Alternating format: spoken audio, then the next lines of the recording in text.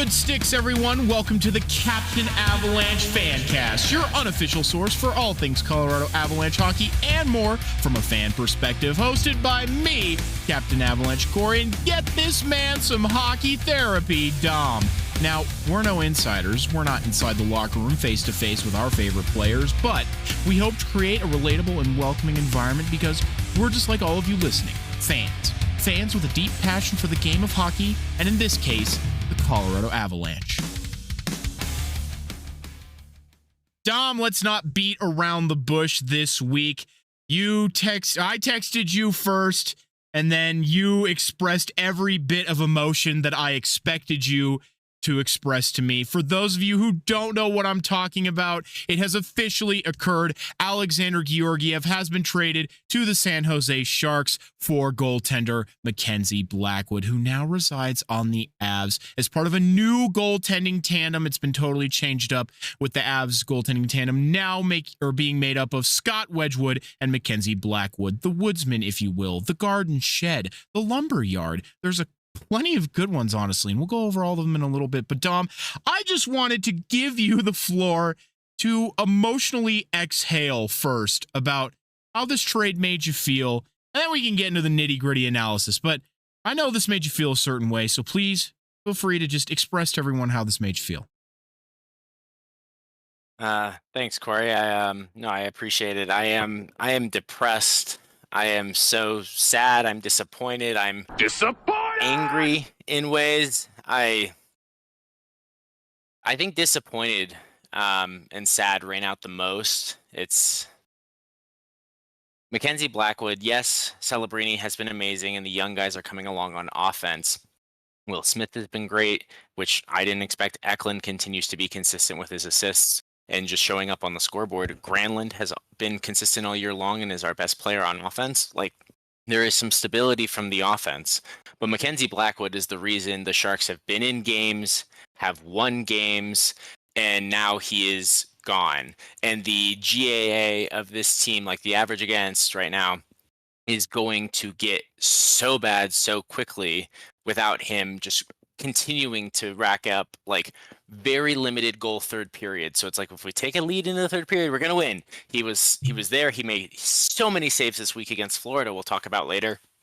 So many things he has done well, and to lose him is hard. I talked about wanting to say that there's a chance for the Sharks to make the playoffs this year, and it's just not going to happen. The beatdown by Tampa, we'll talk about, losing Blackwood, those two things in 1 week, it's just, I think it dooms this franchise back to the bottom of the conference again this year. I am, for lack of a better term, so sorry. Let me ask, are you more sad about Blackwood leaving, or more sad about having your new goaltender be Alexander Georgiev? Oh, certainly about Blackwood leaving. Georgiev is being outperformed by Vanacek. My feelings on Vanacek have been pretty well voiced, although I'll give him some props later in the episode, or at least one of the games this week.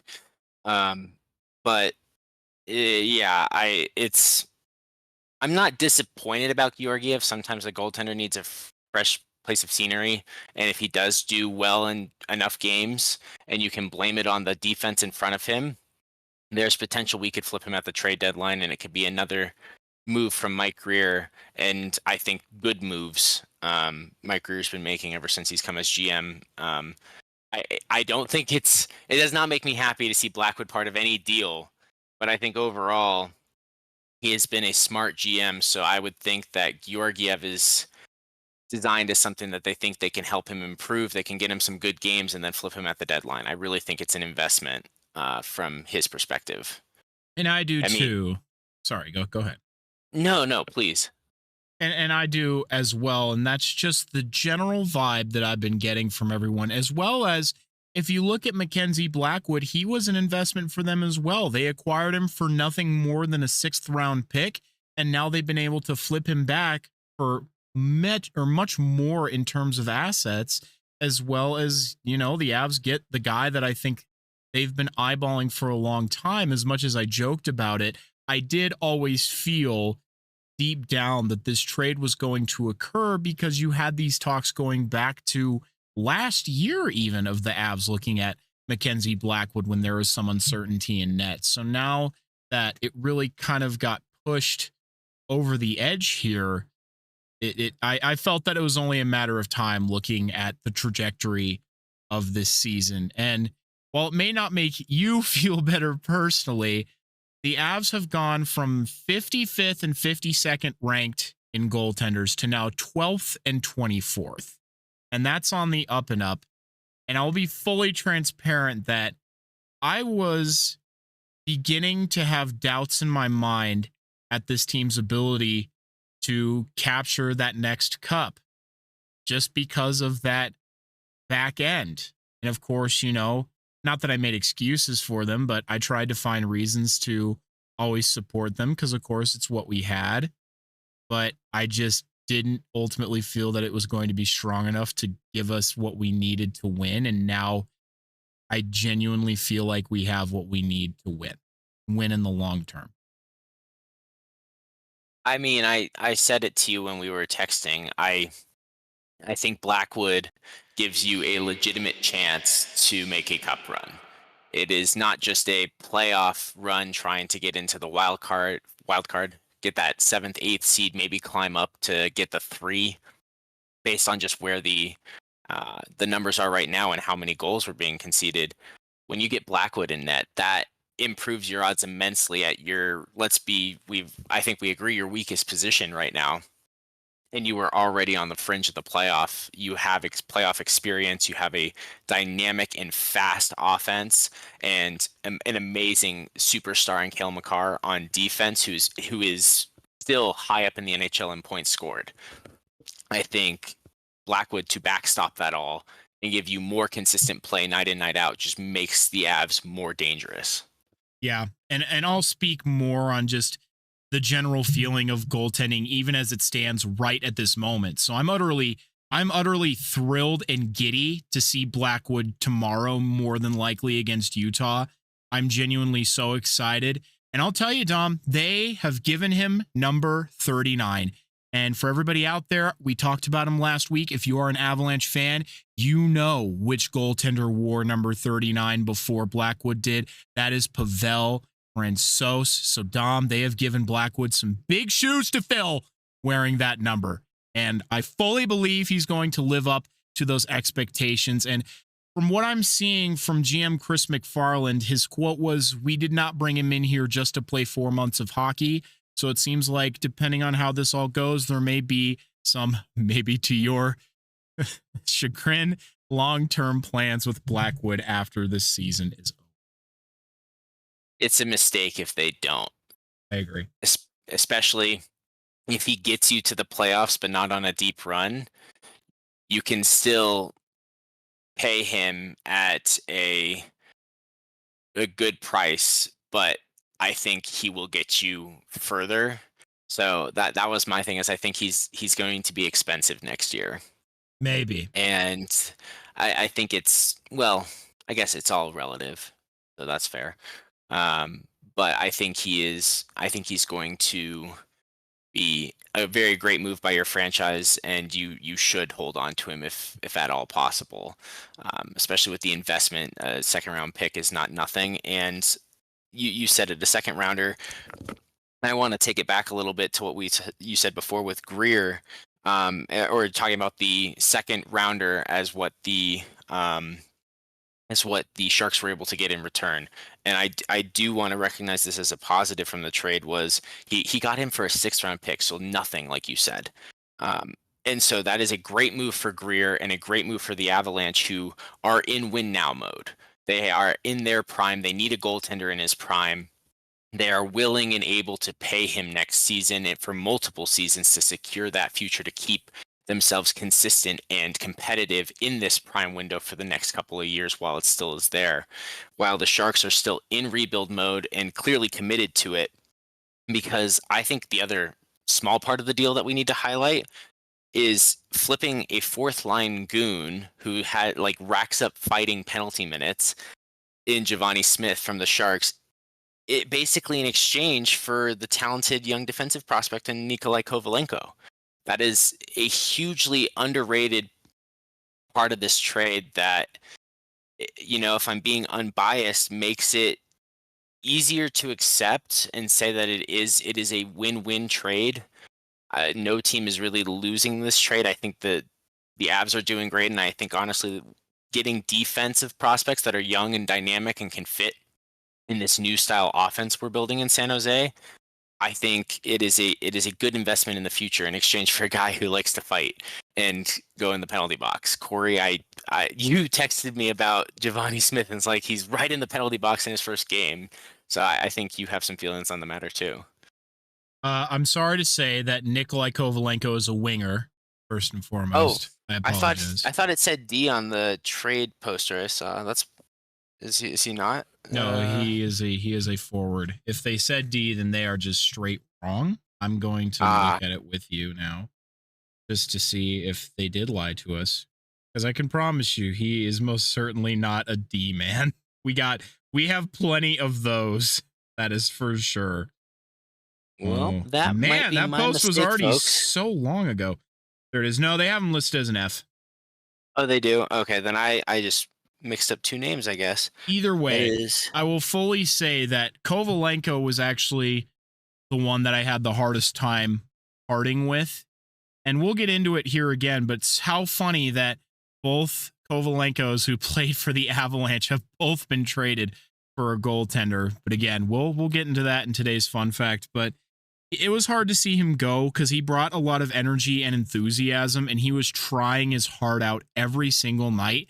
Even if it wasn't showing up on the scoreboard, he was somebody that you noticed night in and night out. So I can promise you that to all the Sharks fans out there, to you, Dom, you are getting a fantastic, I'd say young, but he's already 25, but younger player who I'm excited for because I know he'll get a bigger opportunity on the Sharks than he pretty much ever would with the Avs. His original aspiration was, he wanted to be in that top 6, but if you want to be in the Avalanche top 6, you really have to prove it. So hopefully he gets that opportunity with the Sharks. He gets more responsibility and a chance to really grow his game and be a part of a team that's on the up and up. So I'm happy for Kovalenko in that regard. On the Avalanche side of things, the thing that concerns me the most is I am afraid that the Avalanche are heading in a similar direction what the Penguins are. And what I mean by that is the Penguins obviously had their big prime window. They did win back-to-back cups in 2016-17, and they were in that win now mode. And it worked for a long time. They won their first cup with Crosby in 2009, and they managed to extend that all the way to 2017. That's insane. And they were competitive almost every year. However, now look at where they're at, that they stretched it out as much as they could with that win now and the primes of other superstars, and now they're near the bottom of the league.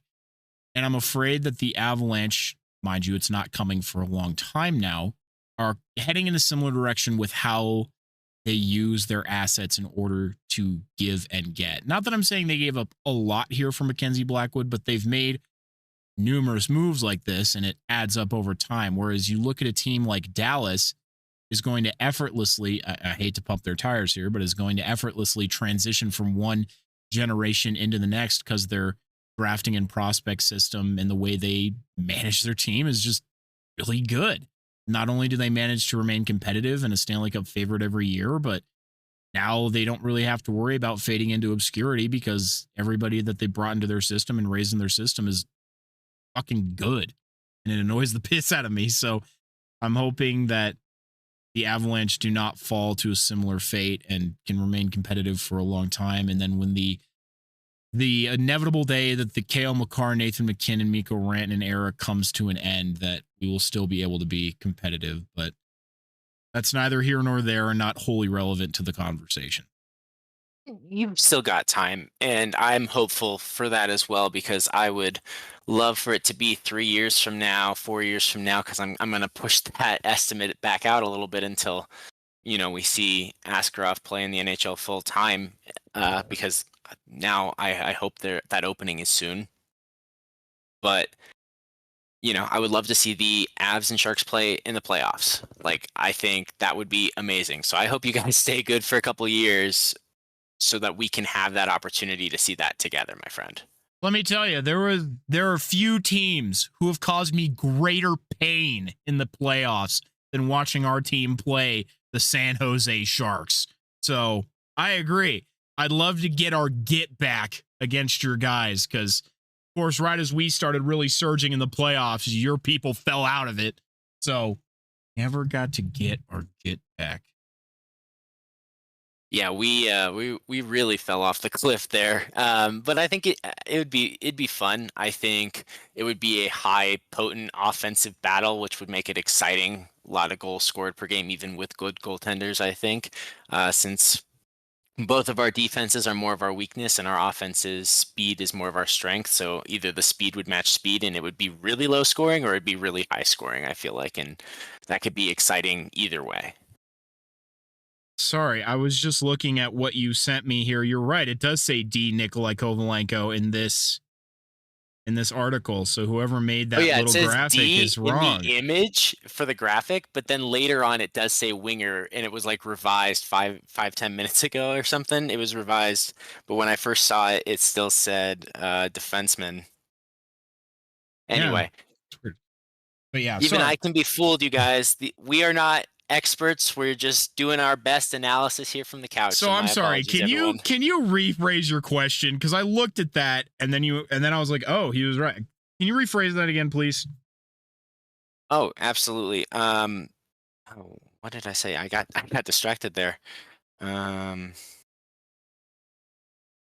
was I talking? We were talking about our teams in the playoffs. That's what we were talking about. Yes, thank you. I got distracted because I had so many different thoughts. Yes, I would like the Avs to be good. It's not so much a question as a statement. I want the Avs to be good for the next few years so the Sharks can play them in the playoffs.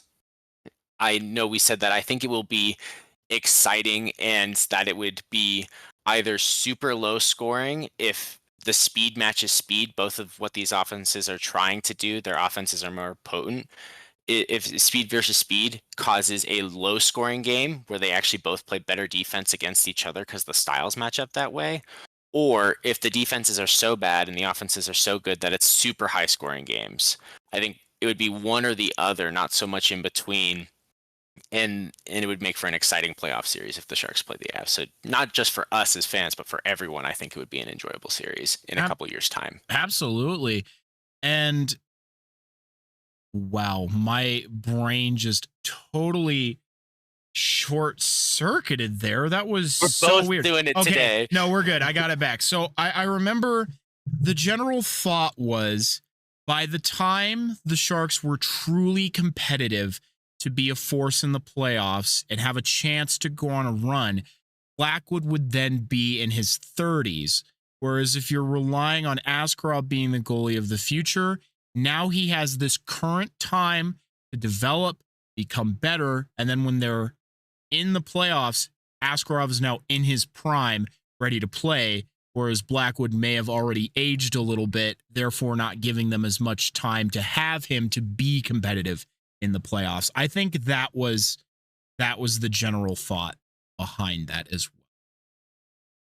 Yeah, I think that's totally fair.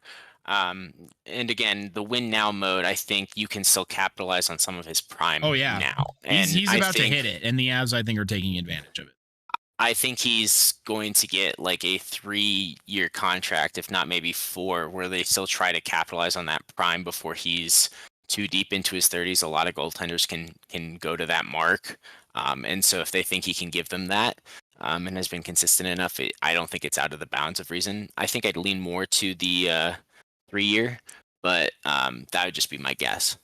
And I think you're definitely on the money with that. I believe that's what they gave Georgiev when he came. I believe that's what they gave Grubauer when he came. So the only person who didn't get that was Darcy Kemper. So I think you're pretty much right on the money with where we would expect that deal to be if a deal does get done. And I mean, with the expectations and the upside of Blackwood, the time to utilize him for playoff runs is right now. So I'm genuinely so glad that our management went out and did this because, man, it feels good right now. Again, talk about it more here in a little bit. But I mean, with the Avs in general, they have such a strong ability to elevate players, particularly goaltenders. But if we look at the players, for example, let's look at Valeri Nichushkin. My RA, when I was living in the dorms, I don't know if you'll remember him. Do you remember Jacob, our RA for our second year? Oh, yeah. Yeah, I do, actually. He was a hardcore Dallas Stars fan. And he cornered me one day and he says, "Do you know what we called Valeri Nichushkin? We called him the trash can because he never scored or did anything. And you guys took him and made him what he is now." It's like, yeah, dude. We have a knack for spotting those kinds of players. You look at Philip Grubauer, though, in terms of goaltenders, over his 3 years, he had a .918 save percentage and won numerous playoff games. Darcy Kemper, while he's had a, admirable career, came over here, had the best year of his career, I believe, but then I know for a definitive fact, he won more playoff games with the Avs in one season than he had over his entire career up to that point. 7 career playoff wins, comes to the Avs, wins 10 playoff games, and oh yeah, not to mention a Stanley Cup. So the Avs just have a knack for bringing the best out of players. So I think if anything, they will be able, knock on wood here, but they will be able to do that with Mackenzie Blackwood as well. I think they see the potential there, and he's already been demonstrating his high skill ceiling with a team that defensively is really not great. So now he gets legitimate two-way play in front of him, a team that limits the shot opportunities. He just has to stop the ones they let through. I think the Avs are in for a fucking fun ride. Oh, you guys absolutely are in for a fun ride.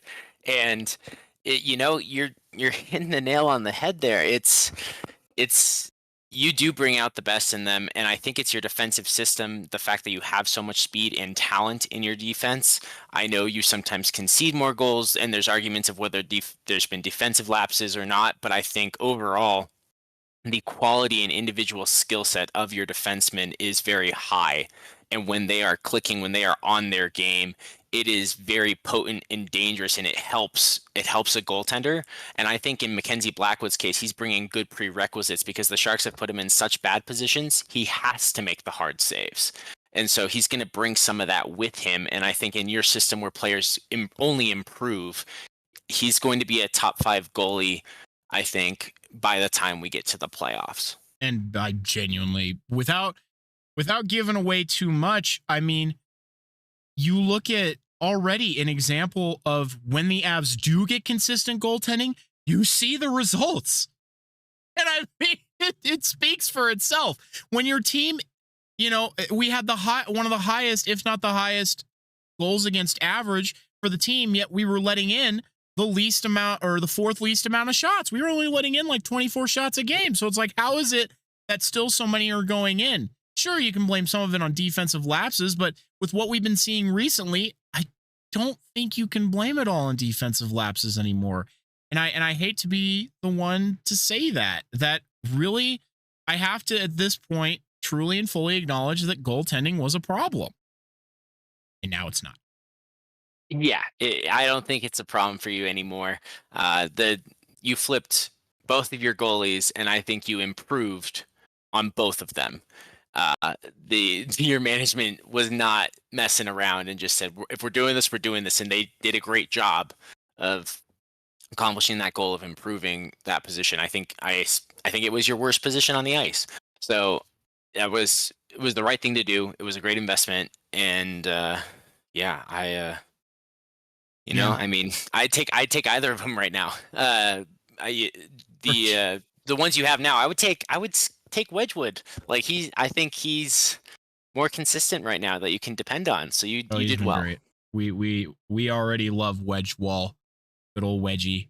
He is fantastic. And I mean, according to TNT, we are the first NHL team ever to trade and have a completely different goaltending tandem before Christmas. But it's what ultimately had to be done. We want that cup. I want that cup, and that management is willing to do whatever it takes to go and get it. Who knows what else is going to happen this year? And it's so funny because the Avs are very often the team that everybody's like, oh, they could do this, this, and this. We're looking at this player and that. And they very rarely do what you think they're going to do. Example, Casey Middlestat. How many people saw them going out and doing that? Literally no one. Didn't see a single thing mentioning Casey Middlestat. And then here he is on our team. Second line center. Absolutely incredible. And this was one of the few times where they talked about Blackwood over and over and over again.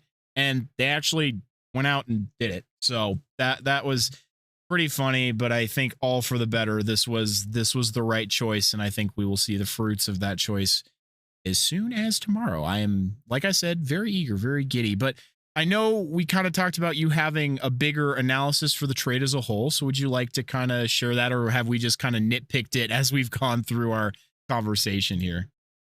I think we've kind of gone through it naturally.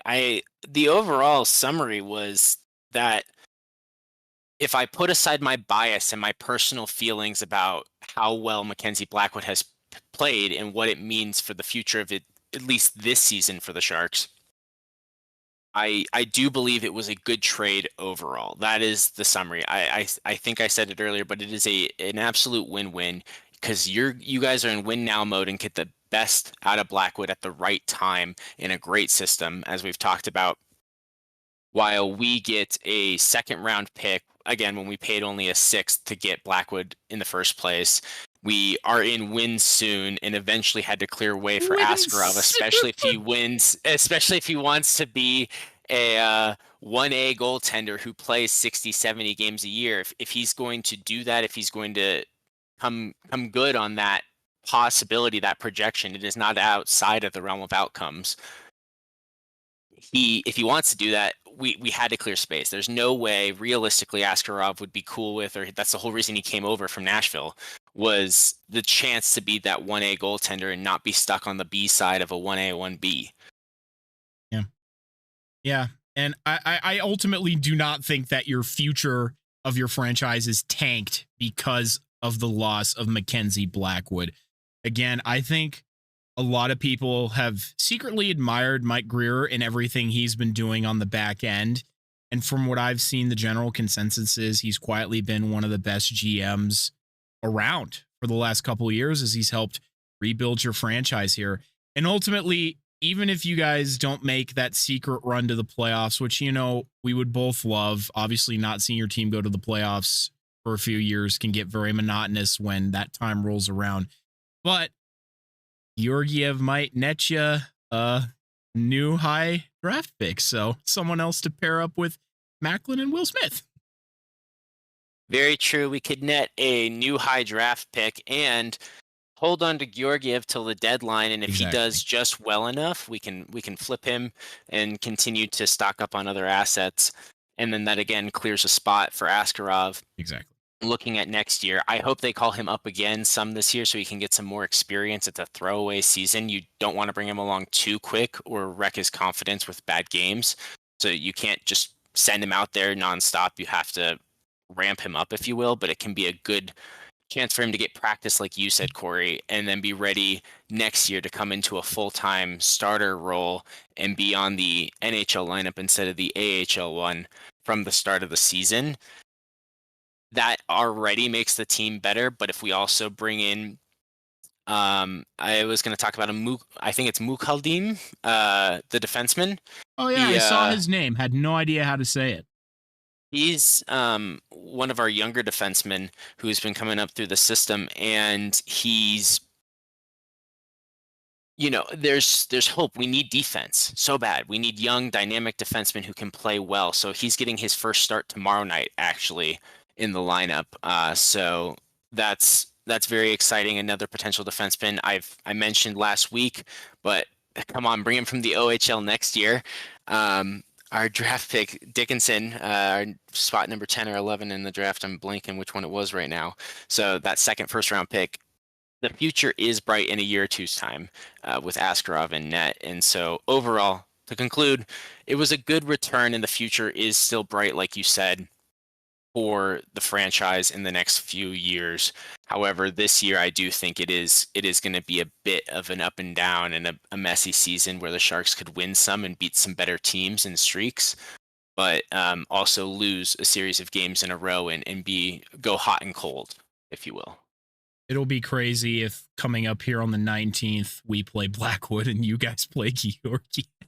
Oh, talk about painful. That'll be crazy. Oh my goodness. I would like to share some some quotes from an article by The Athletic as to why maybe people should definitely believe in Blackwood. And this is testimony from former teammates and retired goalies, as well as The Athletic themselves. So this is from Eddie Lack, who was his goalie partner in the AHL. He states he's the right age. He is coming into his superstar years now. He is just so close to pulling through and becoming a top 5 or top 10 goalie in the league. I think he's got it in him. And to go on, he states he's a phenomenal athlete. That kid is so strong and so flexible. He did things on the ice that I wouldn't even be able to sniff. Even in the gym, the guy didn't really lift like a regular goalie. He was a lot stronger than the rest of us. Just a beast. So powerful. At 6'4", 225 pounds. Blackwood has always naturally put on muscle easier than most. That's horrific. This man is huge. He's big, but he's fast for his size. Like, and that's what they say goaltenders, here. They just take up space, and they're maybe sometimes a little bit slower, the reaction time. He is quick. I mean, there were multiple times this week. If you go look at the highlights, he stretched out in full splits and flashed the glove. Like against Florida multiple times where they should have beaten us as badly as the Lightning did because Mackenzie Blackwood stole at least 5 goals in that game, and then they hit like 3 posts. Like, they were so much better than the Sharks, but Blackwood was also beyond insane with not only the number of saves he made, but how he made them. So it's bittersweet, huh? Bittersweet, devastating to lose him, but I can be happy for you because you're my friend. Hoist the cup in the burgundy and blue. And if Mackenzie Blackwood wins the Stanley Cup, I believe he deserves it. Even if people don't recognize him that way yet, I think he deserves it, and he's that good of a goalie. So, you give him a chance that we can't give him right now. Yeah, and it states here by The Athletic, over the last 2 seasons, Blackwood battled valiantly behind one of the worst defensive teams in the NHL. His baseline stats won't impress you. He went 16, 34, and 7 as a starter with a .902 save percentage with San Jose. The underlying metrics, which account for quality of shots faced, paint a very different picture. Blackwood saved an impressive 11.07 goals above expected last season, according to Evolving Hockey, and already has a 6.41 goals save above expected in 17 starts this season. Yeah, he is really good. And yet you see him give up 3 or 4 goal games because it is the defense in front of him turning the puck over in the D zone all the time, losing battles at center ice, losing faceoffs, playing so sloppy on their power play. Like, it is disgusting. They give up more short-handed opportunities than they actually take shots that hit the net. It is so bad. Like, that's not an actual stat. That's just how it feels. It's so bad of a power play. But it is true. They do give up a lot of short-handed opportunities that Blackwood either had to save or sometimes nobody's perfect. So he's given up some on those too, and it's not his fault when there's a 2-on-0 and it's just him trying to stop 2 guys. The 2 guys should score. So he's done a great job even stopping the ones he has. Exactly. And just as you said, to echo your sentiment, they say it right here. Because of his size and athleticism, Blackwood excels at stopping high danger chances on the rush in particular, which I feel the Avs have been somewhat weak in at points in this season. So there you go. You're covering up that basis. His .842 save percentage in those situations is well above league average, .807, and ranks inside the top 10 league-wide. As a quick-skating, high-octane team, the Avalanche could benefit from a goalie with that style. And then Corey Schneider goes on to say, former goaltender for, I believe, the Devils as well, he can do the splits. He can make those toe-to-toe saves. He's incredibly strong, but he's really flexible, and that's a rare combination. That's why I compare him to Andrei Vasilevsky. He just covers a tremendous amount of the bottom part of the net while still staying upright and using that flexibility to maintain his posture. If God built a goalie in a lab, it would look like him, freakishly athletic. Yeah, he is, I think a good word for it as well is nimble. He is light on his skates, so he can move very easily. Like you said, he's so flexible. Insane left pad saves, full extension, full stretch, full toe. I mean, and yet he's still taking up a bunch of the net. And then the wrist speed, all of these different elements to be able to make some of the glove saves he makes, like, it is very impressive. He also has great hockey sense. There are so many times when the puck gets blocked by the Sharks or it just barely gets through, but it doesn't get cleared and it settles right in that area. He has had to get very good at finding the puck through series of legs and being able to get clean poke checks to clear the puck away from his crease. Like, he is doing more of the defense's job as well because of his great vision, and he's just been called to do that effectively in San Jose. So I think it's something that the mind is there as well, not just the freakish athleticism, and it makes him a really, really fantastic athlete and competitor and very fun to watch. And I think that's one of the biggest things is that mind.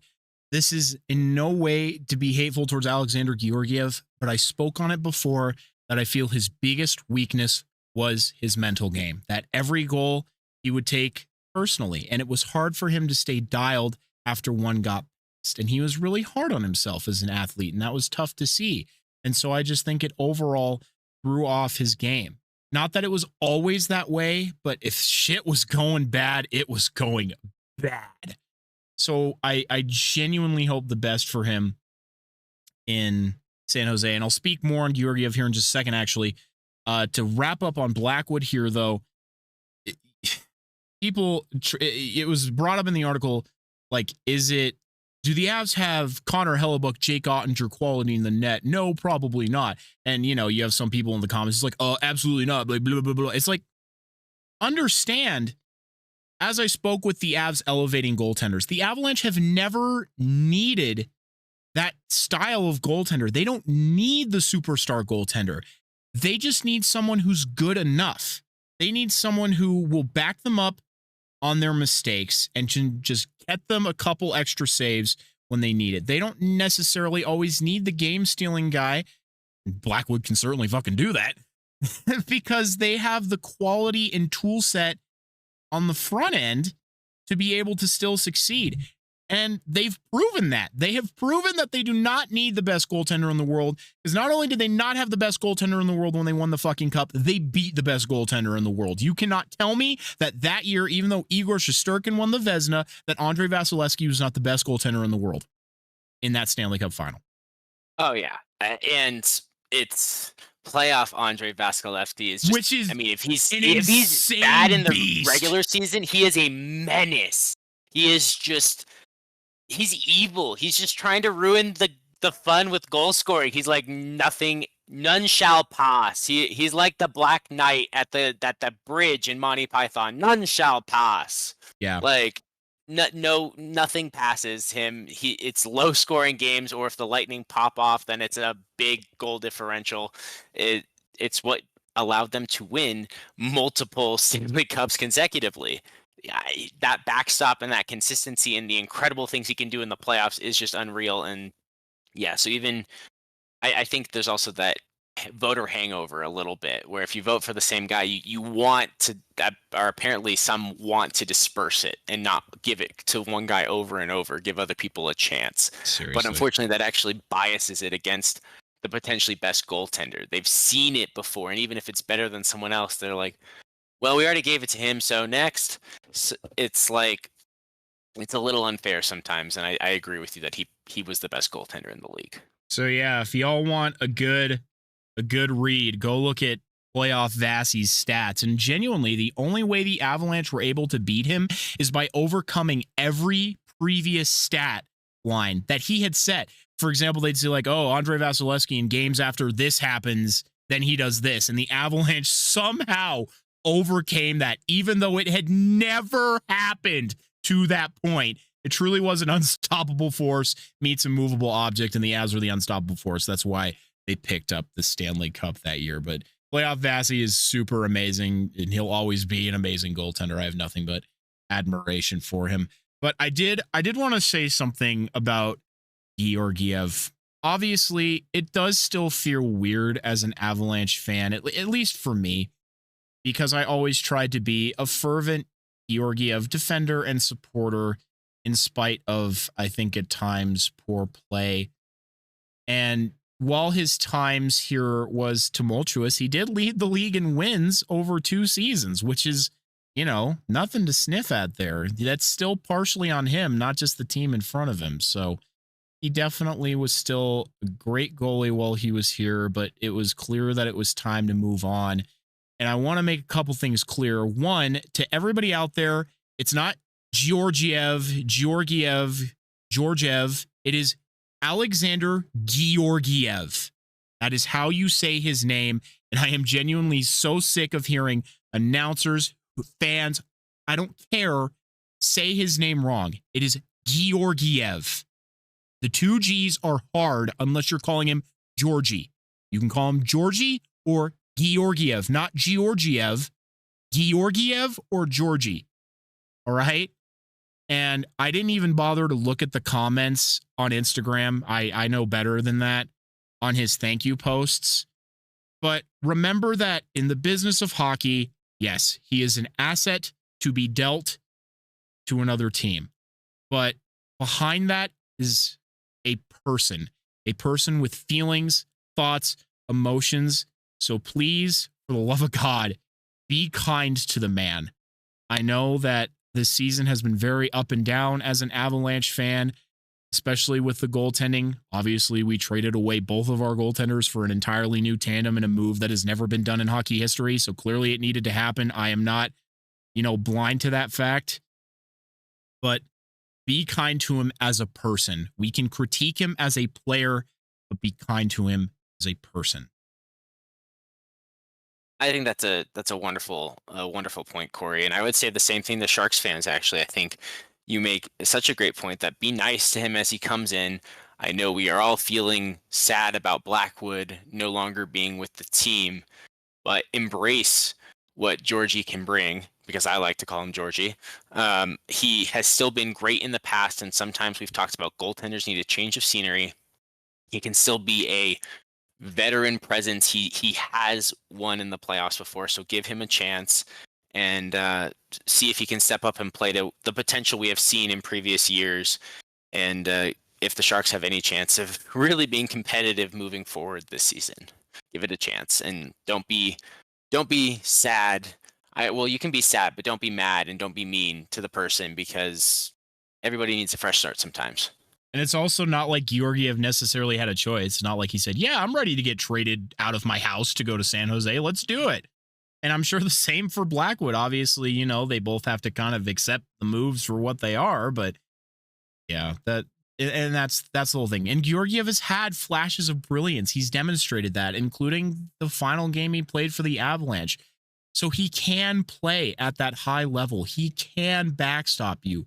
It's just doing it over and over again is what he needs to work on. And that's what Blackwood can do. And that's why we obviously got him here. So I hope with a new development coach that Georgiev can succeed. But man, we have talked about this for a while, but it was really kind of the most important thing coming into this week. So we needed to discuss it really at length. But Dom, there's actually a couple extra things here that I would like to kind of ask you about. This one is actually the smaller point, so I'll do it first. Thatcher Demko has made his return after his injury, which I believe was knee related, I want to say. He did fall in overtime in his return to the Canucks, to the Blues, but those Blues have been kind of hot ever since Jim Montgomery took over. But honestly, I'm sure he's glad to be back. His teammates are glad to have him back, and I'm sure the fans are certainly glad to see good old Thatcher Demko back as well.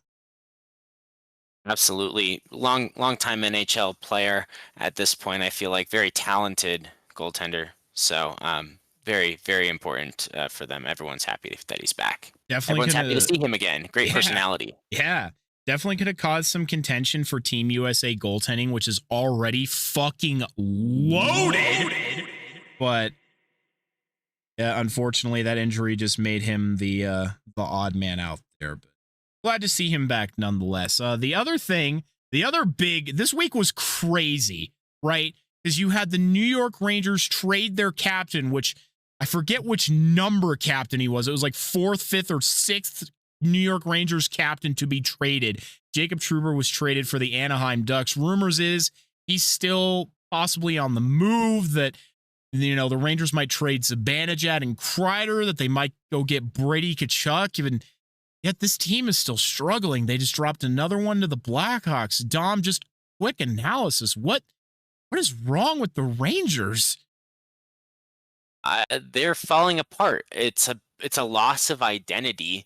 I mean, no matter what you think is best for the team offensively, you are firing the captain effectively, and that's not going to help matters, in my opinion. I understand that it's been a move that's been telegraphed for a while, but we didn't know when or to who, but we all knew that trade was going to happen this year.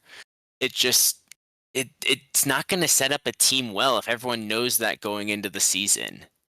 It's going to get in their heads a little bit. That feeling of anybody can go at any time, and there's that extra pressure that they can't make mistakes, and then they stress out or they lose focus and mistakes happen. And so sometimes it causes you to make more mistakes. They still have one of the best goaltenders in the NHL, but they're just scattered. They're not playing smooth as a team, not high quality hockey, not high quality passing, not potent offense, at least not to the levels we've seen from them the last couple of years. And it's just, and we won't talk about it at length, but it is genuinely amazing to me that you have a team that won the President's Trophy last year with this lineup. And then this year they come in and it's like a completely different franchise. And now they're at risk of falling out of the playoff picture completely. It just, sports are so odd to me. Truly so odd. Well, absolutely. They are very odd, and it's very unique, and it can be very quick. The fall to the bottom was certainly quick for the Sharks compared to after a decade of making the playoffs. So it does happen suddenly sometimes, but they were that good last year. That was a whole nother level of quality, like you said, with winning that trophy compared to what the Sharks did, to be fair. But yeah, that's why I think it's the mental thing, because if the players are the same, it's the same quality on the ice, you know, the capability is there. It's got to be coaching. It's got to be something with what the GM's doing, how the players feel expendable. It's not helping the morale or the mental side, I think, because it's not something we can really see. There's no real key difference in that roster, like you said. Yeah.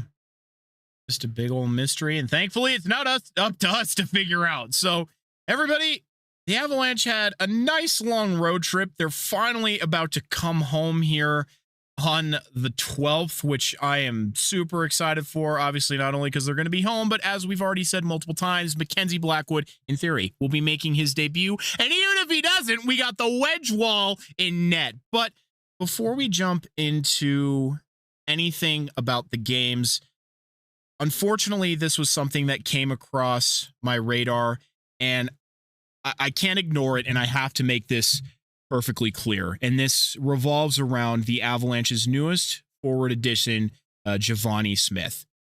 Thankfully, this is an incredibly small minority, and while I shouldn't even give them the time of day as they are looking for a platform, thus why they fester in the cesspool known as Twitter, I simply cannot sit idly by.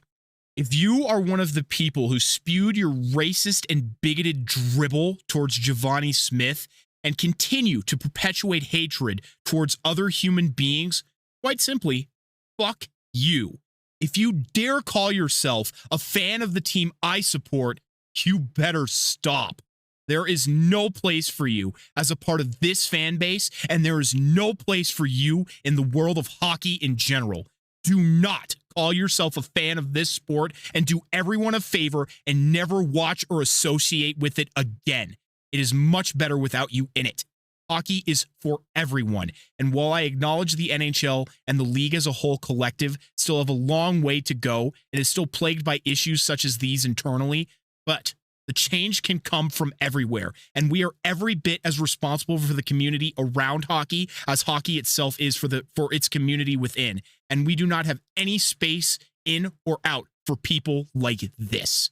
Welcome to the Avalanche, Giovanni. Regardless of the amount of time you spend here, I know you are here to help this team win and dedicate yourself to the Avs and the amazing game of hockey. I, Dom, and the rest of the Colorado Avalanche fan base wish you nothing but the best and fully support you. I mean, I don't know what to add to that. I think you've said it perfectly, Corey. There is no space for hatred in hockey like that. There are rivalries, and yes, there's that competitive edge, but that is just beyond unacceptable. It is not. That is not the world we live in. That is not okay. That is supposed to be going or gone away. It is just it's just not okay to, especially to bring into the NHL, a place that has generally been a very overall just good environment. You haven't had a lot of hate spewed in bigoted or horrifying ways. I haven't really seen that like you sometimes see from other sports fans. So I really think that if that is something new coming in, you are completely correct. It needs to be forced out by all of us as fans, as teams, that we cannot accept it. Again, as I say, Dom and I will not always be perfect. We obviously can be mean to certain fan bases, certain players, but at the end of the day, we will be mean to them on a player level and never try and be mean to them on a person level. And you have to remember that we're critiquing the player, not the person. Giovanni Smith has worked his ass off to get to the NHL, and I'm sure it was not an easy road to get here. And if you're in the NHL, you're one of the best in the world, so clearly he deserves to be here. So fuck off with all of that bullshit. Get your fucking ass off of Twitter. Get your fucking ass outside and touch some goddamn grass, you fucking piece of shit. Anyway, we'll talk about something else. Yeah. But I needed to address that. Again, I know hockey is not the perfect community within. Look at some of our recent scandals. Not great. And I acknowledge that those exist. But for fuck's sake, as a community, as fans, we do not have place for that. And if you think we do, get the fuck out. Doors over there. Don't want to speak to you. Don't want to see you. Anyway, I will not continue to dwell on this fact, but yeah. So, Dom, I sent you a picture as it came across my radar. It had to do with the Avalanche's injury curse. And this, I was talking about it, I think, an episode or two ago, that I wish I could see just how bad it has been, how many man hours they lost. And while this doesn't give me that, it does give you a visualization of just how bad it has been. Thank you to the Avs Insider who has this graph and put it in front of me. But this is the Avalanche's injury luck across the last 3 years, accounting for WAR. And WAR, for those who don't know, I'll just read directly what this says, so forgive me for reading. Wins above replacement is a metric in hockey that estimates how many more wins a player contributes to their team than a replacement level player. WAR can help teams understand how much better a player is than a replacement level player. And to give everyone an idea of where the Avs sit on this graph, they are all the way out to the right in no man's land, sitting in a healthy but good tier, but they are just leagues away from other teams with just how shit their injury luck has been. Because not only are you losing your captain for multiple seasons, but you've had Drew be in and out this season. Valerian Nichushkin, obviously not injured, but gone at multiple instances. Miles Wood is out. I mean, you can just go on and on. And this is 21-22. This is back in the Cup season. And there was plenty of injuries then, too. And I remember the season following. It was just abysmal continuously. And I hope I can... Wow, that was weird. I hope I can find a way to show this to everyone. And even if I can't, just go to the Avs Insider Instagram page. It is right there. It is just bewildering to look at. Even if you don't fully understand war, I definitely don't. But even if you don't fully understand war, you can visually see just how extreme this is. Yeah, I don't have much to add other That's than okay. if you do enjoy war, you can find some great TV shows on HBO Max. Oh my.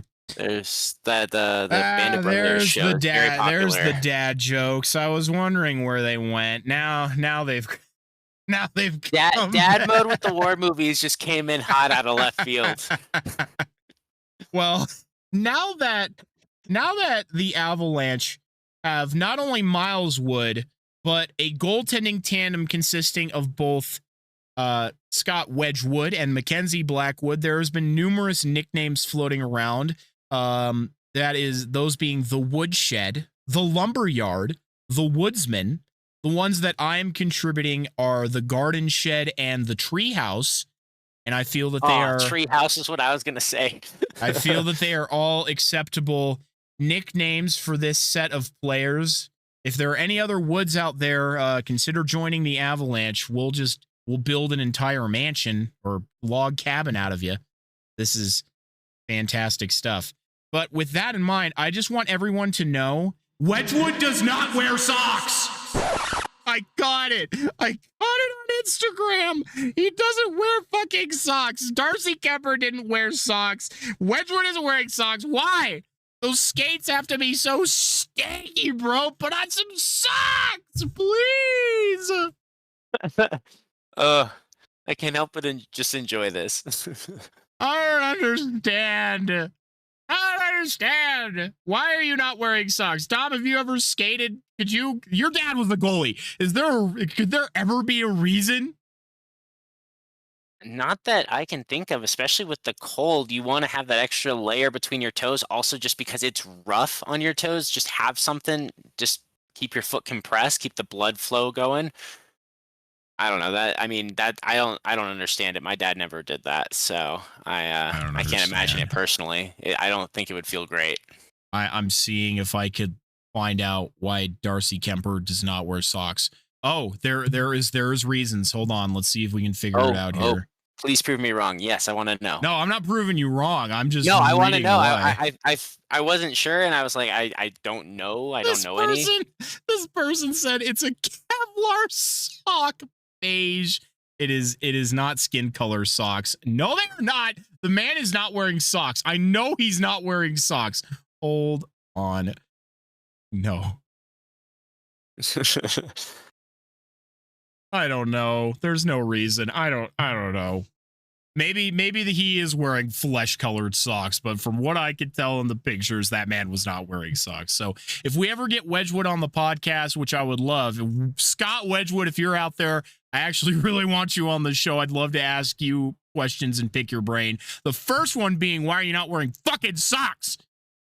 Anyway, we'll start with we'll just go in chronological order here. I just have a general summary of each game, and we'll just roll through them here. So the Avalanche at Carolina. First and foremost, I did a poor job of actually watching hockey this week. This game came on right as I left class on a Thursday, and I leave at about 5:30. I got out at 5 when the game started, so it takes me about 15 minutes to get back to my car, and then usually takes me an hour and a half to get home, so I was admittedly caught listening to the first two periods via the radio, which doesn't make me sad, as I love Connor McGahee's calls. However, it does deprive me of being able to visually see the flaws and the strengths of the Avalanche's game. But this was a game that the Avalanche lost, not because they played poorly, but simply because the Hurricanes played better. A couple good bounces went their way. The goal that tied it, for example, by Burns, really was just a wing and a prayer blast from the blue line, but it wasn't luck that won Carolina this contest. Unfortunately for the Avs, the Canes were coming off a 3-game losing streak.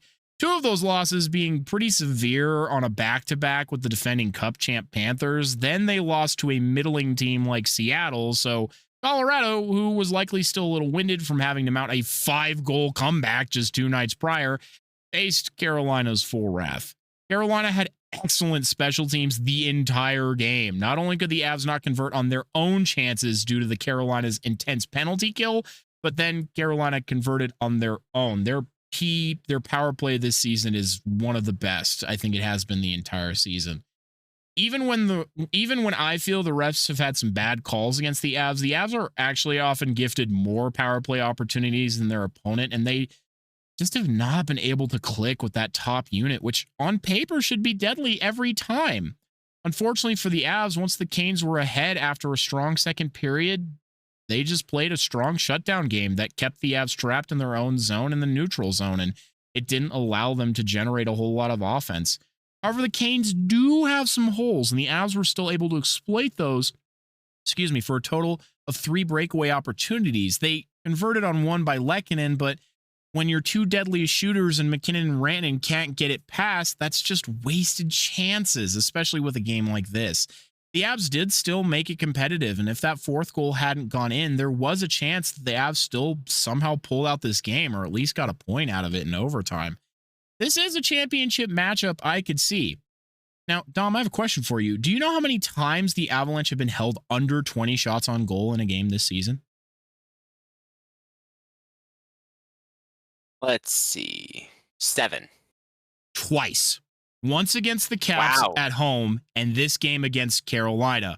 Both games resulted in losses as the offense simply couldn't generate a high shot volume. So it is not something that happens often, if at all. Yeah, that is one thing the Avs are consistent with. The goaltending might have been inconsistent, but that certainly has been the Avs' bread and butter for years now. So there you go, everyone. Dom, anything to add about the game with Carolina?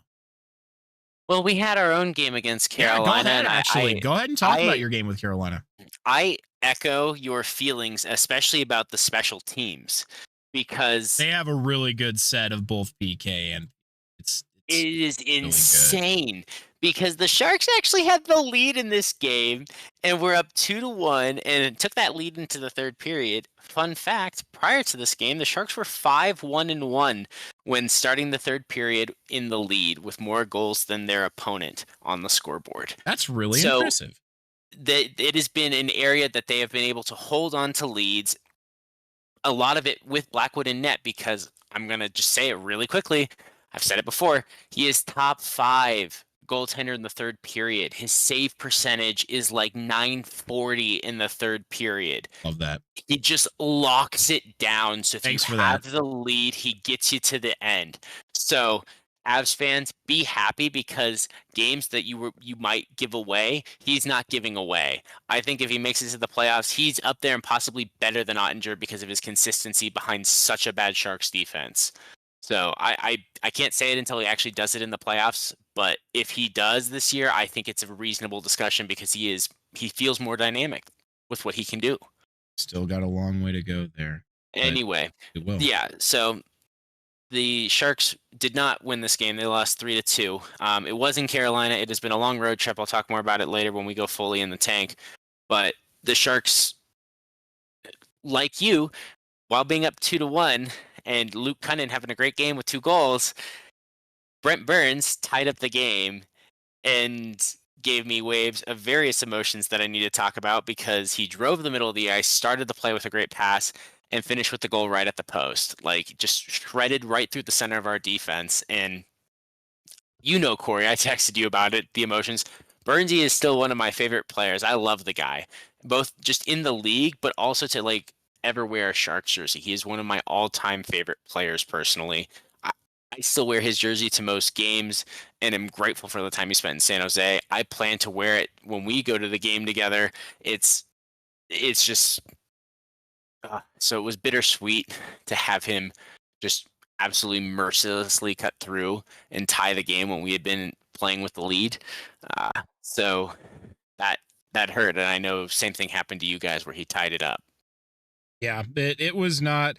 It was not the best feeling, especially because it's a shot that I think Wedgwood saw all the way. There was 2 goals I think in that game that Wedgwood saw, and they just got past him, even though they were squared up to him.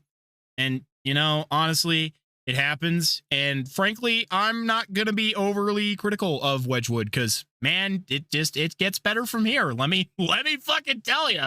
So I'm not overall too worried about it. And again, the Avs were still competitive in the game. It just sucks because I came in finally when I was able to watch. I watched the 3rd period, and it was just not the most fun period to watch because that's when the Carolina Hurricanes really locked it down. And the Avs did jump out to a lead early on, but I actually won't get into it too much because I'm going to talk about it more here in a second. But with your blessing, I will move on to our next game here. I would just say really quickly, one last similarity is that Vanacek, who normally I have problems with, or I'm voicing my dismay, he was actually solid. He was peppered with way too many shots. He only gave up 3 goals, the third of which he was at with like 2 minutes left in the 3rd period. Another crushing late game goal against the Sharks. It just hurts. But he was screened by 2 of his own Sharks defensemen, and he couldn't see the shot coming in. So like your goaltending couldn't see it, and the Carolina Hurricanes just finished game strong. So I just wanted to echo that. Ironically, our 2 games went very similar in Carolina, but we can move on to the next. Yeah, Carolina, sleeping giant this year. Don't underestimate them. Well, Avs versus Detroit. Who would have guessed that this would be Georgiev's final game as an Avalanche? At least he went out on top as he played much like he did against Washington. What the Avs began to do during this road trip was get the first goal in the first period. And as the road trip progressed, they figured out not only how to get the first goal, but how to keep the lead.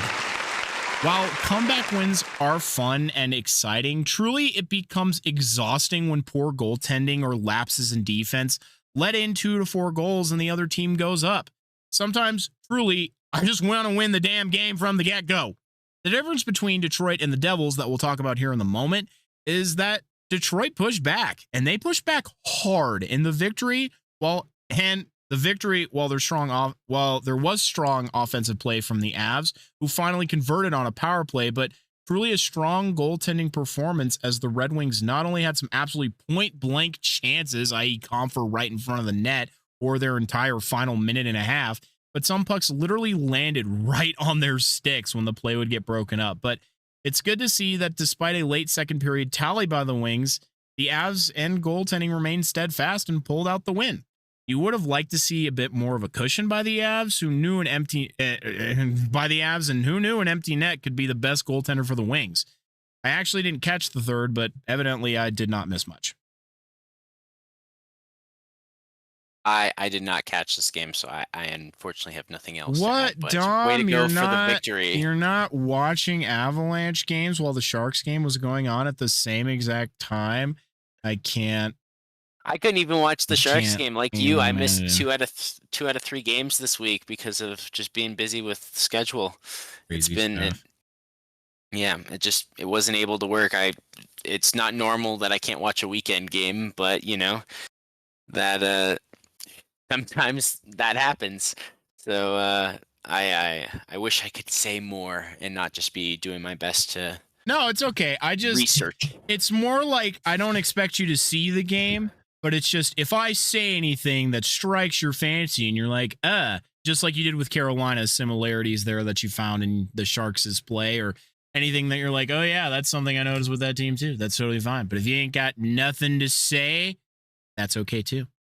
I often don't have anything to say. Well, yeah, it's not so much nothing to say, but I think I would just be echoing you. I agree fully. I don't think I have value to add beyond what you said. It's totally all right. I kind of just take my notes and put them into a nice cozy page and just let it roll. It's more just if something piques your attention, go ahead and add to it. And that's why I always kind of pause, because I just want to give you space. But otherwise, I can just keep on rolling, which is fine by me either way. I like talking to you, I guess. I guess. I mean, hey, I like talking to you too, and I literally asked you questions about the Sharks last week because I was so hyped up with the wins. Yeah. I wanted just to ask you rhetorical questions. So you know what? I get it, and Exactly. I'm happy to always talk with you here. And you know what?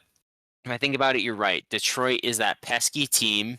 They've been a little underrated but overrated at the same time. Like, they are winning games against really good teams and finding ways to lose games they have no business losing. So it's just interesting how they play. At empty net, I didn't realize that could be the most pesky thing, but I think their offense, their power play, their penalty kill, they also have good special teams. They can make them annoying to play against. Definitely.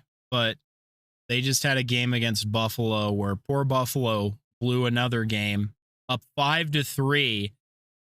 And it was kind of a back and forth for a while. Then Buffalo pulled away, and you're like, okay, they probably got that. But we all forget this is the Buffalo Sabres. And I look at the score later, and the Red Wings won 6-5 in a shootout. And I was like, man, that's not the most Buffalo thing I've ever seen in my life. Someone spare their fans, please, bro. Save them. Yeah, I'm classic, sorry, Buffalo fans. classic Buffalo. It's unfortunately one of the constants in the NHL nowadays. It's been what, 10 years, 12 years? Yeah, I think longer than that at this point. Anyway, let's move on to the Avs at the Devils the very next day after the Detroit game. You grab the lead in the first, and you keep it. Who knew Avalanche hockey could be fun to watch? This game was easily the Avs' best of the season, and to me, it isn't close. A while back, I spoke on how the Avalanche needed to find the balance of the defense they had against Washington and the offense they had against the Panthers. They found it in this game against the Devils. To put it simply, the Avalanche hemmed the Devils in their own zone, completely preventing them from getting their legs or any kind of traction or momentum for the near entire 60 minutes. Going into the second period, the Devils were the best second period team in the NHL, scoring the most in that frame. However, this is when the Avs really took control, as the Devils had no shots in the final 14 minutes and 42 seconds of the second period, and had a total of 2 shots in that period entirely. There were still a couple poor penalties, but it didn't matter, as the penalty kill has started to get an A on all their exams as they began to click. It gave the Avs the luxury of double shifting their bottom 2 lines at the end of the game rather than their top 2 like they normally have to do in comeback wins, to aggressively back and forecheck just to keep the Devils down until time ran out. Oh, let's not forget that Scott Wedgwood got the Avs' first shutout of the season. Wow. Yeah, I mean, overall, what a week, Corey, because I think the Devils, yes, they are this really good team in the East that doesn't get enough credit, but they also do have their moments where when they are off, just like when some teams are on, they are on. Well, the Devils also have that bit of an off switch where when they're off, they are off. They are sloppy on offense. They still have an overall, again, great power play penalty kill as far as the league is concerned, but their 5-on-5 is struggling at times, and it doesn't seem attached to any one thing. It seems a little bit sporadic. Yeah. So I think that was a helpful way to finish a road trip. Oh, we're not done yet. That's not the end of the road trip, Dom. We got one more game. Oh, well, that's a great way to keep doing on your road trip. I think you end the week. You put it nicely, though, in that the Avalanche, I think you're right, that the Devils were off this game. And the Avalanche, though, did an excellent job of pouncing on that opportunity despite being on the tail end of a back-to-back. We have another fucking back-to-back coming up with when we play you. We play the Sharks, and then we play the Ducks the very next day. not exactly the toughest back-to-back in the world, but I think those are honestly the harder back-to-backs just because of the level of opponent, and the Avs obviously have that issue of playing down. So maybe that'll be the harder back-to-back that they have, but I think you're right that the Devils were just caught sleeping that night, and unfortunately they encountered an Avalanche team that was gonna not let sleeping dogs lie, I suppose. Well said. Well said. Had to sneak my own stupid pun in there. Well, well, we gotta do it together. You can't leave me out here alone making the bad jokes. You gotta join me not. With the dad ones. I love it. Well, finally, to actually end off this road trip is the Avalanche at Dom's favorite place, Pittsburgh. In this game, we had 600 career games from Mikko Rantanen, and Nathan MacKinnon hit 600 career assists. I'm going to be perseverating on this a lot, but it is genuinely amazing what happens with good goaltending. It has all been building to this point, but it is truly incredible what happens when you get a stop. I've shared this with friends, but I am fairly convinced I had Stockholm syndrome with the previous tandems because goals going in the way they did just became an acceptance. And I would try to find a variety of reasons as to why other than just goaltending bad. And it truly is not and never was that shallow, but there were multiple shots and chances by Pittsburgh that would have 100% gone in earlier this season. And I panicked as the play developed or the shot was made, only to quickly have my worries relieved as it was saved. Absolutely a revelation in Avs land here, Dom.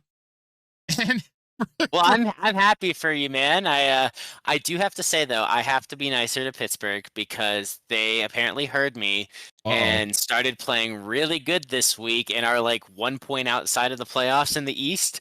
So they started shooting up the board in the East this week. So they were offended I put them at 32 in the power rankings, and they've been on a roll this week. So the fact that they were. Yeah, the fact that you were able to play well against them, I think, just is another testament to how good the Avs are. Yes, and for the second time this season, the game before being the first, the Avalanche just looked like a full hockey team out there. Mentally, this team looks free, truly free. It is an intangible that you can measure with better stats, sure, but you can genuinely see it in the way that the Avalanche play. Throughout 70% of the game, the Avs made the Penguins look slow and silly, particularly early on. Example, Noel Acciari tries to go on a breakaway opportunity only for Cale Makar to catch him and just be like, what are you doing, bro? But the Avalanche not only believe in the person behind them, but know that they can just play the fucking game. If shit breaks down, you're going to be okay. That's why even when the game was 3-2, I wasn't scared because Wedgewall put me at ease all the same. This game was far from perfect, however, as the penalties were just egregious. And for once, I didn't feel there were many soft, unnecessary, or phantom calls, particularly when the Avs continue to get too many man penalties, and in total took 5 penalties from the game. Dom, we talked about it a couple episodes back. How many too many men penalties are acceptable? I mean, I still say 1 is too many man penalties, but most people would say if it's 1 per game and it's very infrequently, then that is permissible. I think it is such a breakdown mentally that it is unacceptable. You should not be taking that type of sloppy penalty. And they keep doing it. You are professionals. Anyway, the positive. This is the NHL. They should know how to jump over the boards at the right time. You get paid millions of dollars. You should know where to jump on the fucking ice. The positive to pull from that being is their penalty kill did kill off every single infraction, if I recall correctly. But unfortunately, only half the special teams succeeded as Colorado couldn't find a way to convert on their own chances against a Pens team that they had been dancing around most of the evening. The positive takeaway from that is that all the goal scoring was done 5-on-5 minus 1 empty netter. You want depth scoring, and I feel that the Avs have gotten that throughout this road trip. But when your big boys come to play, you can't stop them, and you don't want to. Not to mention, you pay them to play this good. 5 points each for Nathan MacKinnon and Mikko Rantanen, along with Mikko's league-leading third hat trick. Glad that contract is just getting more expensive by the day. Both of those guys are top 5 in scoring. Nathan MacKinnon retaking the number 1 spot. And now that they know they can get a save, other teams should be very, very afraid. Also, rip Alex Nedeljkovic's eye. Glad to see he's all right. Overall, 4 for 5 on this road trip is fantastic. Obviously, the only thing better is a full 5 wins, but when your one loss is a playoff-style game to one of the 4 playoff-caliber opponents you have this month, I am thrilled as the Avs are now tied with Dallas in the division. Well, and skiers beware, because an avalanche is coming right now. They've, like you said, had an amazing week, but it's like you also said, the way they've been winning. I've seen the highlights. I know I've sent you some of them when I find them on YouTube, just because I know you'll enjoy seeing them, even if it's the second time. But always, it looks a lot better. And the fact that we haven't even seen it with Mackenzie Blackwood yet, for free. The NHL should be scared. I'm scared because I thought we were going to have a competitive game with y'all, and now I have to play. Probably we have to play against Blackwood, which would just be an instant revenge game, if you will. Although I don't know if it's revenge because they're giving him a good chance, but he's absolutely going to make it a long night, I think, for me. But I think your team is really going to be fun to watch. I look forward to. I'm manifesting for you. I believe, I'll knock on wood if you want me to, but I really believe they're going to be a threat to make the deep run into the playoffs, and I look forward to watching them at that time with you. They fucking are now. Let me tell you. I feel bad for Georgiev in advance, especially if they start him, and they might not. They might put Vitek or Askarov in there. But I feel like it might, unfortunately, be like a therapy dump for the Avs to play against Georgiev. Oh, boy. Just constantly shifting MacKinnon out there. Because MacKinnon already takes, like, extra shifts. The dude is insane. He takes, like, 2-minute shifts. He's like, yeah, I'm good. So, RIP to whoever's in that night. But, I mean, I truly do mean it. This team, honestly, just looks so relaxed out there now. It's insane. Scott Wedgwood, over the week, not including the Pens game, had the best GAA in the NHL at 1.44. He also had a .954 save percentage going into the game against the Pens. You can't tell me this team is not better already before they even got Mackenzie Blackwood. Now they have Mackenzie Blackwood. You have the 1A, 1B situation that I would love if it was Blackwood with Askarov. I think you have 2 really talented goaltenders who are playing well, especially in situations that they do face a decent amount of shots. The Avs don't face nearly as many as the Sharks do. We've established that, but still, they face a decent number of shots that are high danger chances. So I think, they're both of them are big improvements to the Avs organization. And I think massively. I all I can hope for on the return side is that a change of scenery helps Georgiev. Worst case scenario, though, like I said before, we got Blackwood for a 6th. We can always remind ourselves that if we count Georgiev as nothing, we traded him for a 2nd. So no matter what, it is a win of a trade in that sense. And if Georgiev turns out, that's a bonus. Or if we flip him by the end of the season, that's a bonus. But we be friendly to him as person, but as player, we are mindful of our expectations and also not hateful, because no matter what, we got a positive value in that trade, and he is the throw-in, if you will, to make the goalie swap so the Avs can clear him off the team and make room. He is not what the Sharks were looking for. They were happy to get a 2nd-round pick for the guy they bought for a 6th. So it's whatever he does well is just added bonus, added profit for the Sharks. So it's a win-win for him to do well. Let's see what he does in a fresh start with, again, cautious expectations. He is going to look good in that teal jersey, but get hyped, Avs fans. Shit's going to get, if it keeps going on like this, shit's going to get real, and I could not be more eager.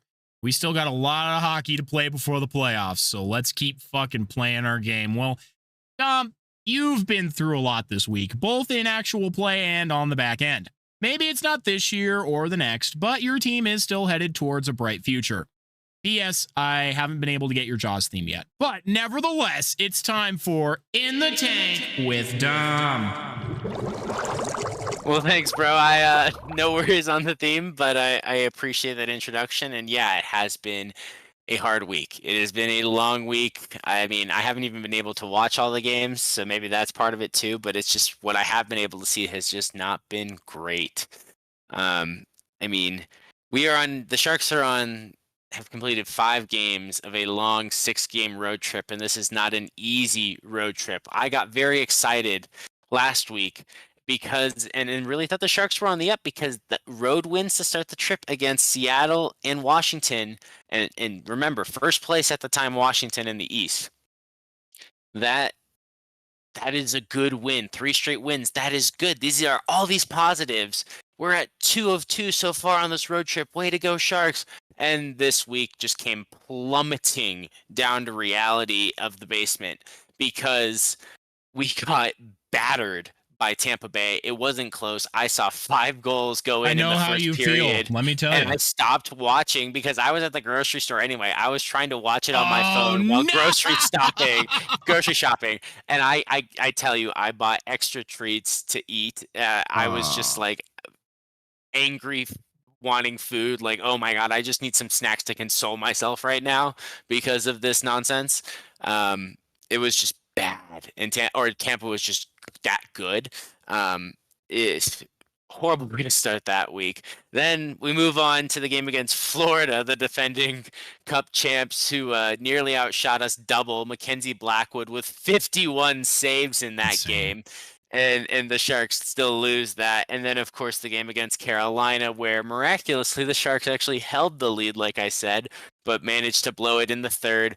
Oh, by the way, little did I realize that game against Florida with his 51 saves would be his last game in teal, and I wasn't able to watch it live, so that was so sad. Instead, I watched Vanacek not be able to hold on the third period the way Blackwood normally does, so that loss to Carolina was also crushing in that sense. So just a long week with, of course, like I said, they're right in the middle, losing Blackwood. So in the next road game, it's supposed to be like one of the easier ones on the trip, like the Kraken, but the Blues are hot right now.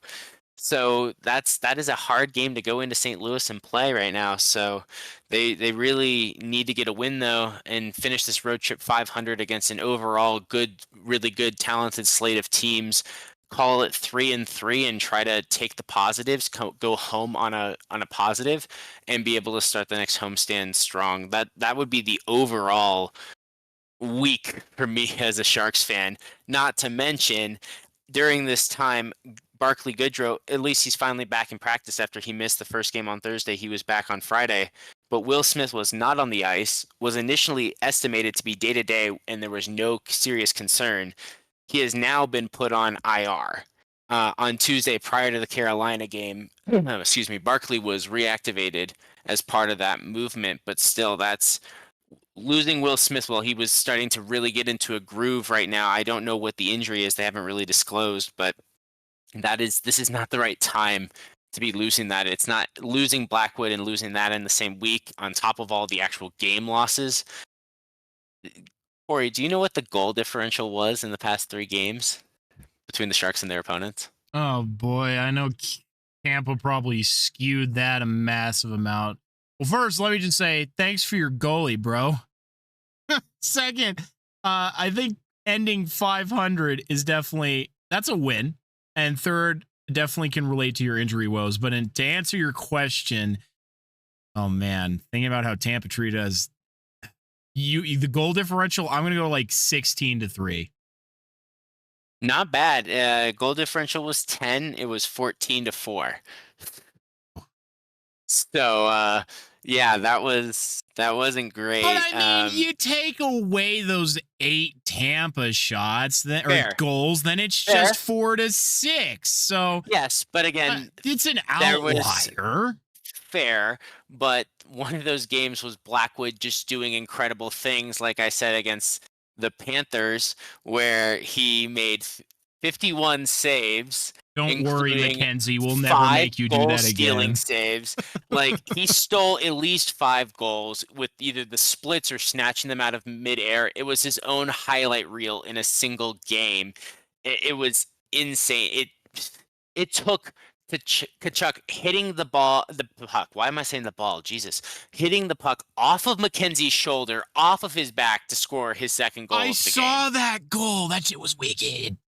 Yeah, so it took a lot for them to give up a goal. The only other one that happened to put them up 3-0, because obviously I mentioned Kachuk scored first. He was just right in Blackwood's grill right before they were like actually making physical contact. Then in the third, Mackenzie denied to Kachuk of his hat trick, but Barkov later in the second scored on a power play right from Draisaitl's office, if you know what I mean. So it was just they were Mackenzie Blackwood's fault, so he played incredible. So that also skews it the other way, I think sometimes. But you're absolutely right. If we can take this road trip at 500, that's a victory, a win. That is a huge victory. I think we need to finish strong, not on a 4-game losing streak at like 333, percentage wise, just because it's such a small sample size. So that's, I think, the big thing, because we are sad. We are going to miss Mackenzie, but it is next man up. Vanacek did step up in his first start. Georgiev has been playing well, relatively better here at the end, right before being traded. Yeah, so definitely. It's not Blackwood. We're not going to see his amazing saves night in, night out, his crazy heroics bailing the team out. But I think these goaltenders, we will make it work. We will survive. We will get through this. That is the positive I need to take from this, because otherwise, Florida dominated us all game 2. They could have very easily won 8-1. Again, I am so sad I wasn't able to watch this game live, because how would I know that it was Mackenzie Blackwood's San Jose Swang Song, and he made 51 saves. 51. Thanks, bro. Thanks for that. That's a good resume right there for getting over here. Yeah, it's just, I wish I could have at least seen it. And even with his heroics, we still couldn't win the game or really do anything to Florida. Just like against Carolina, we were just getting stuffed up in the neutral zone. They dominated possession. They were more physical. We couldn't clear our own zone. I have that noted here as key takeaways. The Sharks' power play all throughout this week continues to be too fancy, pass heavy, not testing opposing goaltenders nearly enough, not throwing pucks at the net. It has been just lackadaisical. And in both of those games this week, on the power play, they gave up short-handed opportunities.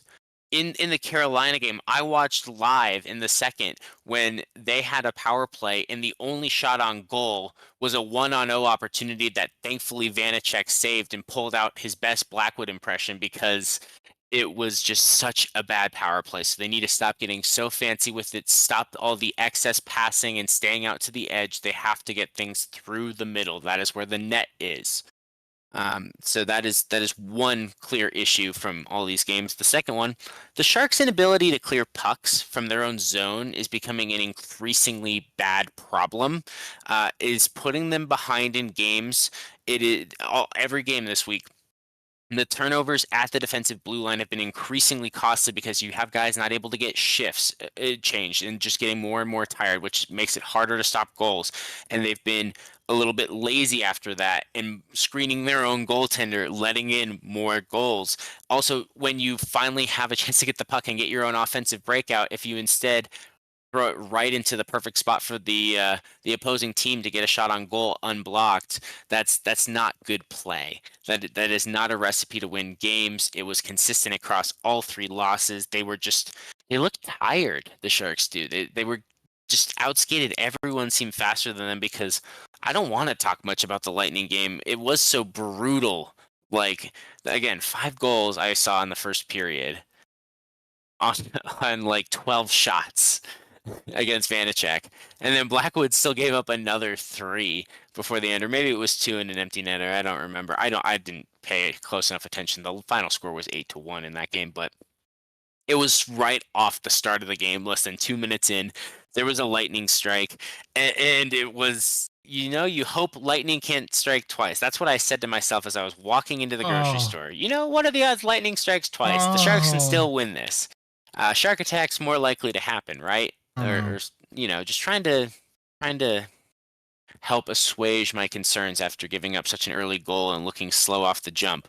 But lightning did in fact strike 3 times in 90 seconds in the middle of the first period to go up 4-0.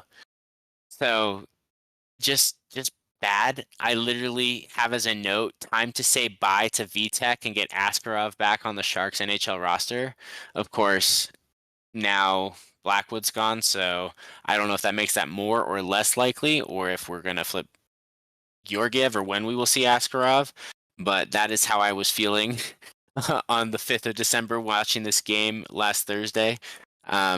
Like I said, Tampa finished the period scoring 5 goals on 12 shots. Blackwood did start the second period, but the Sharks defense was like, I have it written down here as sliced and diced for Tampa's shark fin soup mercilessly. And then they used what was left over as chum to attract more prey. So that it was just ugly. Tampa just do that to teams. And with, if I may, I definitely can understand though your frustration with the defensive zone turnovers, and I think that's finally an issue that the Avalanche are beginning to resolve. And that was one of their biggest issues on the PK, is even when they were able to get a hold of the puck, they just couldn't cycle it out. And of course, you're going to get scored on every time when your killers are tired in the zone. Their movement is limited. They're gassed out there. I think we've said it before, but the people who haven't played, you have to understand that when hockey players are out there, they are literally sprinting for 30 seconds. That's insane. They are giving it everything they got for that shift. They go sit down for 10 seconds, they're recovered. It's insane. But when your guys are stuck out there, you're going to get scored on every time. So I can definitely understand that frustration with your boys. And it's worse if it's a consistent thing, not only with penalty killing, but just overall something that happens on 5-on-5 play as well. I'm sorry to report, Dom, that the odds of being struck by lightning is more likely to occur than being attacked by a shark. So you are, the chances of being struck by lightning in a year in the US is about 1 in a million. And the odds of being attacked and killed, it says, by a shark are 1 in 3.75. So. Okay. Well, maybe that was just me being ambitious, or trying. Maybe no, I was wrong. And lightning, they clearly struck 8 times. So it was just a metaphor dad joke gone awry. So, what I can say, the only thing to add to this game is it was an absolute stinker of a game, but the Sharks are still early in a rebuild.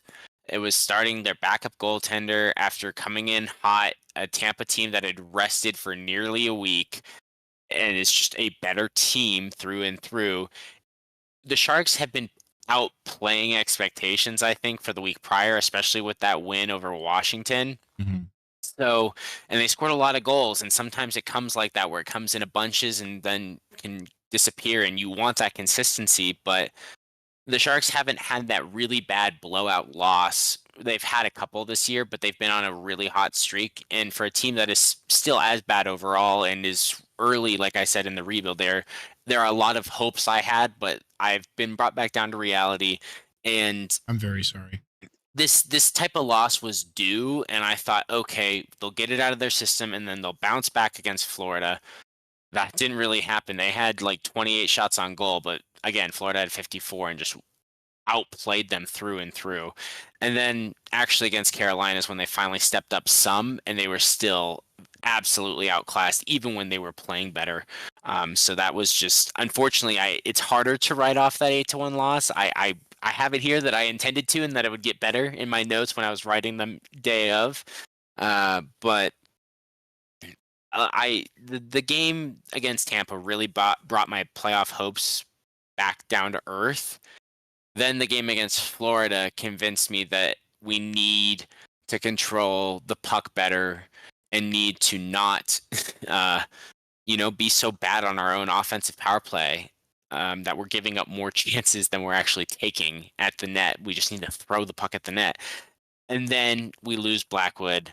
And then we finally have some hope. Brent Burns, one of my favorite players, just cuts right through us and we lose the game eventually. And then here we are. So it has been quite the week. We're going to wrap it up by saying that and just tie it all in of what has happened, what I've walked you through all through the evening, and how it was a bad week for the Sharks, but we did still have this chance. There are still those positives to be at 500 from this 6-game road trip. And the positive of it was a good return for Mackenzie Blackwood. And we are still looking really good for the future, especially when we get Askarov in there. So no matter how much, again, I love Blackwood, it was a good trade for both sides. So while that is both a negative and a positive, we do have multiple positives to take from this week. Breaks my heart hearing you just go into the acceptance stage of grief. Oh my gosh, Dom, I'm so sorry. I mean, I'm not sorry. I'm glad we have Blackwood, but I'm so sorry for you as a fan. Oh my gosh. I'm just sad that, well, at least, here with our local coverage, and you'll always break it down for me. I can still get some Blackwood, and I'll just have to go watch the Avs highlights more often. So, Yes, you that'll be will. good for the podcast. But yeah, I'm going to be sad not to get to see him play live, watching the games as frequently. But I am excited for when we get to go watch the Avs together, and when we watch this Avs Sharks game here coming up soon together, and can break it down, joint analysis. That's what I was gonna say. It'd be fun to do like some dual analysis. For those who don't know, Avs and Sharks are gonna play each other on the 18th. I just had it pulled up. Yeah, I think it's a week from now. 19th. Oh, it's 8 days. Yeah. So yeah, 19th. Dom and I will be watching this game together at Dom's house. Yes. So yeah, maybe we'll have some cool in the tank Avalanche game notes crossover episode Jimmy Timmy Power Hour type shit. Yeah, I mean, I would still say if I want us to be able to sit and enjoy the game, but I'd also be totally down to do a bit of a live intermission analysis where we can record our feelings as we go. That? Like, I could totally see you and I just having a ball doing that, but let's see if the comments would let us know that's even something they would want. Yeah, if you're not commenting, comment. We need to know. Something we need to know what you want from this podcast. I'm just throwing out random ideas. What do you want from me? Yeah, something I would love to do is like a live game, like listen party where we get to pretend to be color analysts, but that is really hard to do. There's a lot of legal hoops that we would have to jump through, but maybe we can make it happen. Well, yeah, I guess that's fair. We've gone live bits and pieces, but that's a fair point.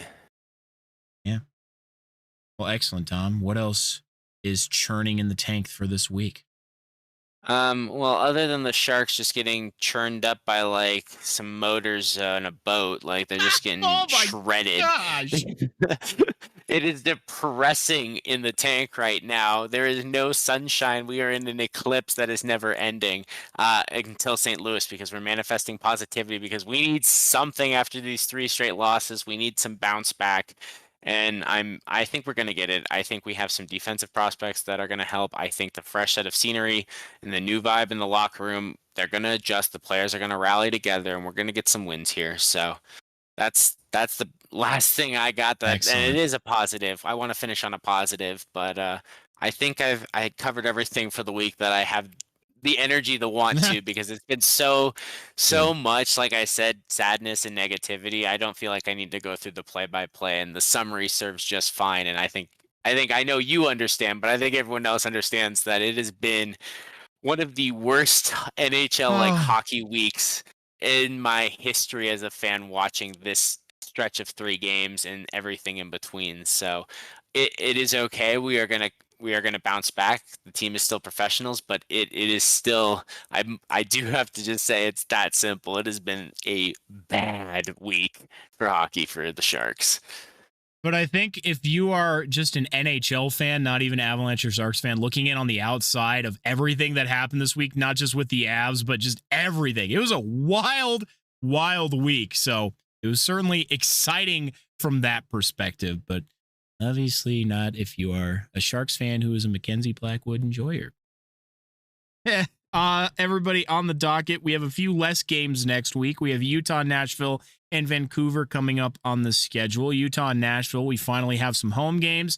The Avs are then away for another 3-game road trip, and then we come back. So unfortunately, you'll have to wait another week for that Dom Cory dual analysis, but it will be coming after our 12th episode next week. And I'll finally be done with school. Yeah. But then, yeah, I love that for you. Shaking it out after Utah, Nashville, Vancouver for next week. To finish out the month, we have San Jose and Anaheim on a back-to-back, along with Seattle on that Sunday for a single home game. And then following that week, we only have 2 games, Utah and the New Year's Eve game, Winnipeg, which I will be attending. So that should be a good time. Well, everybody, let's take a look at who I selected as the 3 players of the week. I think I'm going to make this a regular thing. It was fun to do last time, so I'm going to keep rolling with it. I'm going to try not to have repeats, but man, did some of the guys who made the list last week make it really hard to not put them on the list again this week, and I did relent a little bit. At number 3, we have Ross Colton. The man returns to the lineup, immediately makes an impact, and it's just stellar to see him back because he's proven that he can handle those top line minutes. So Ross Colton, good to have his energy, good to have his skill set back in the lineup. Number 2 is Scott Wedgwood. What more is there to say that I haven't already said about the wedge wall? Dude's been lights out. So even if Blackwood wasn't ready to play this Thursday, he can put the wedge wall in and we're good to go. And number 1 is going to be the Avalanche and Sharks management teams. They are our top players for the week for facilitating what many have seen as a win-win trade for both organizations, even though I know Dom is still sobbing on the inside. Yeah, that hits the nail on the head. I am personally sad, but overall, again, it is a good trade. It is good for the Sharks. It is good for the Avs. It's a good trade. No one's the obvious winner or loser in the trade. The Avs get the best player. The Sharks certainly get the best package, and it fits what both teams need right now. That's right. It is just still there's a reason it was projected for a while. It was a perfect fit, but it doesn't make it hurt any less, unfortunately. That's right. Well, Dom, maybe today's fun fact can make you feel a little better. It is now a fact that both Kovalenko's father and son, who have played for the Avalanche, have not only both been traded, but were both traded for a goaltender. In 1995, due to a falling out with former teammate, now coach, Patrick Waugh demanded a trade, to which he and Captain Mike Keane were dealt to the newly migrated Colorado Avalanche for goaltender Jocelyn Thibault, left winger, Martin Rusinski, there we go, and right winger Andrei Kovalenko, father of Nikolai. He spent just 51 games with Montreal before being sent to Edmonton the following year. Nikolai, a forward, was dealt along with goaltender Alexander Georgiev to the San Jose Sharks for goaltender Mackenzie Blackwood and forward Giovanni Smith. These trades hold a lot of similarities. Now, the only one left to see is Waugh, is Blackwood the missing piece to the Avs hoisting the Stanley Cup.